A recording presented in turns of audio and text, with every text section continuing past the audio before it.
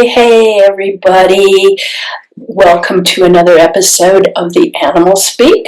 I'm Pat Blocker, and today I want to talk to you about communicating with wild animals and what is possible.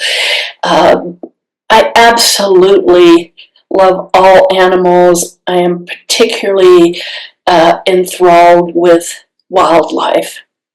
And as an animal communicator, I'm often asked if it is possible to communicate with wildlife, and the short answer is yes. But it's a conversation that might feel quite different from those that we have with our domestic companions.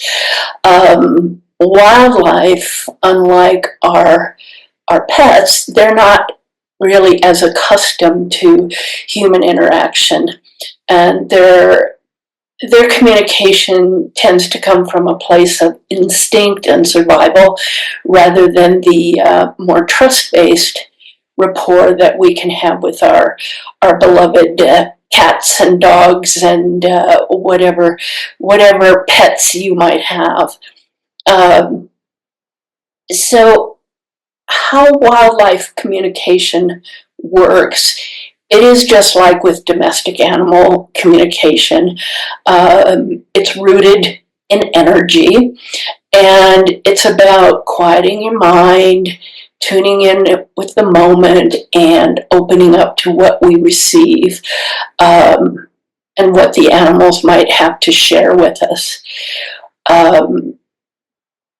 While a wild animal might not send thoughts in the same conversational way that domestic animals do, they still can certainly share feelings and images, and a deep sense of their state of being. So first and foremost, with wildlife, we want to respect their space and their boundaries. That's the real key when communicating with wild animals. And unlike our pets, they're not really seeking to have a relationship with humans. So their priorities, of course, revolve around survival in the wild. And so that means it's crucial to approach them with reverence, with commitment, with a commitment to non-interference, basically. When I connect with companion animals, I always ask for their permission to communicate with them first. With wild animals, I respectfully interpret their appearance as an invitation to connect. With wild animals, if they show up, I tend to feel that they are offering to communicate. With wild animals, I really tend to see it more as what message do they have for me, particularly if it's one of my spirit animals. One of my spirit animals is the hawk, and hawks are known to be messengers.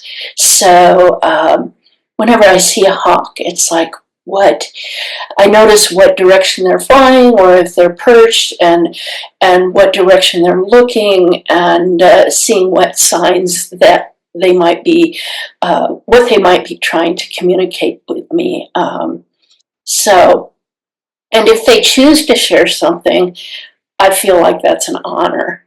And if not, then I fully understand. So they live in a delicate balance, and really the best way to communicate with wildlife is to simply observe and to appreciate them. And of course, we want to do that from a respectful distance. So we might wonder what it is that we can learn from wild animals, and they really have a lot of wisdom to share with us.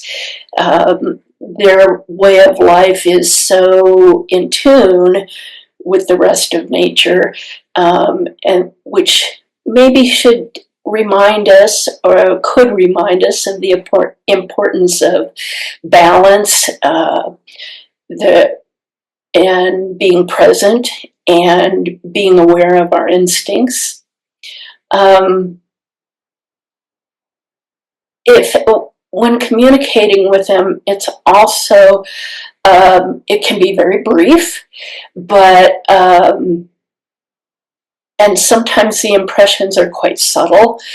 But I like to look at that as a reminder how we can learn to reconnect with our own inner nature and our own intuition. Um, let's go back to the hawk, and connecting with a hawk might give me the message of um, insights about vision and clarity. Um, Maybe communicating with a deer might teach us about how to be gentle and graceful in challenging situations. So each species has its own unique energy and their own perspective. And when we tune into that, we certainly can learn lessons to enrich our own lives. So, communicating with wild animals is not about seeking control or imposing our will upon them.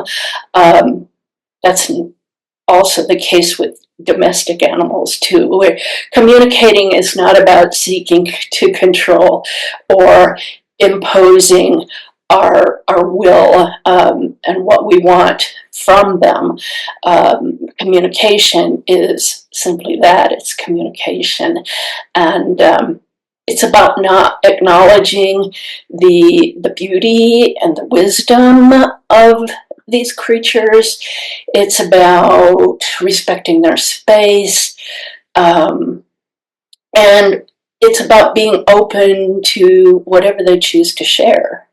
So I look at it as a gift of this connection. I look at it as a gift, and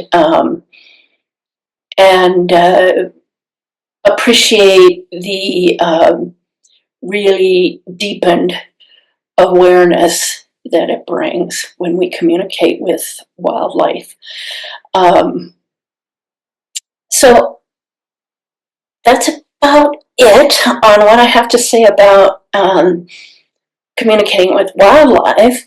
But and I really love to help people explore the possibilities of connecting with animals, and whether they be domestic animals or pets or wildlife, and just fostering a deeper understanding of the natural world.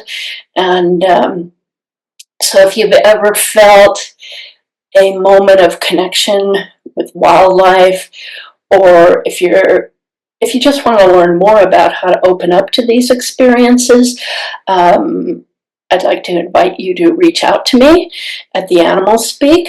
My website is www.theanimalspeak.com.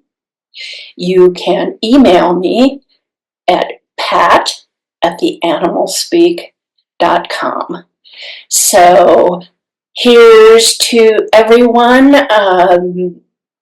Give your domestic animals some pets for me and some love, and just open up to what those wild animals have to teach us. See you next time.